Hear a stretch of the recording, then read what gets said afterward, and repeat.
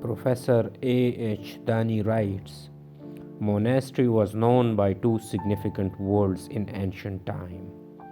Sangha, Rama, meaning the shelter of the monastic organization, and Vihara, meaning player ground, the root word signifying roaming about for pleasure. In these two worlds, two aspects of the Buddhist monastery are clearly reflected. The first refers to well-administered and organized monastic establishments, description of the Mauryan ruler Ashoka. The second refers to the wandering monks who moved about from place to place to preach their mission. Only during the rains they were permitted to take shelter at one place for some length of time. This aspect of the original monastic idea was so popular in the original country where Buddha lived and taught that by an accident of history it continued to be known as Bihar. In the Deccan, where the Buddhists roamed about and took shelter outside the cities in the caves of the prehistoric people, later they developed the famous cave art. In Gandhara, such caves are rare, but artificial caves such as Kashmir's Mast on the Paja hill in Mardan district are found here and there. However, two aspects of the monastic life are abundantly clear. One belongs to the monastic establishments in the cities such as at Taxila, Pushkalavati, Peshawar, and other places. Such establishments were generally founded by the kings and maintained under the royal patronage. They had an elaborate arrangement for the monastic life.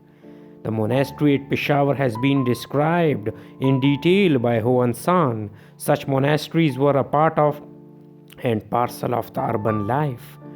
They shared in the prosperity of the cities and catered for the demands of the ordinary Buddhists living in the cities. For their elaborate organization, it will not be wrong if we apply the term Sangharama to them. Away from the cities flourished large number of other monasteries. Their location in Gandhara is worth study. While we notice the villages settled in the low flat plains in the midst of their agricultural lands, the monasteries are wisely removed away from the cultivable area. They are erected higher on the hills so that the agricultural economy does not suffer from their establishments. It is the villages which supported the zealous monks who, on their part, cared for the spiritual food of the people. High up on the hills they moved and walked in comparatively better climate conditions, as there they sat as if in hill stations where people would go to quench their thirst of religion and also to be away from the heat of the plains. The monks cut steps and climbed up the hills in search of perennial water spring, and wherever water was available, monasteries grew up in accordance with the support that they received from the plains. The monks cut steps and climbed up that pure opposite Tarbela.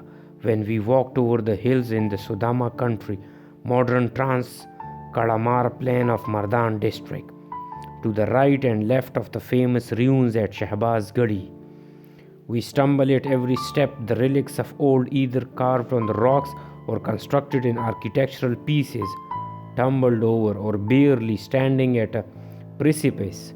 The rugged hills shelter away the monasteries far from the maddening rush of the invading forces, or tucked up high overlooking the peaceful furrowing of the soil by the villagers in the plains.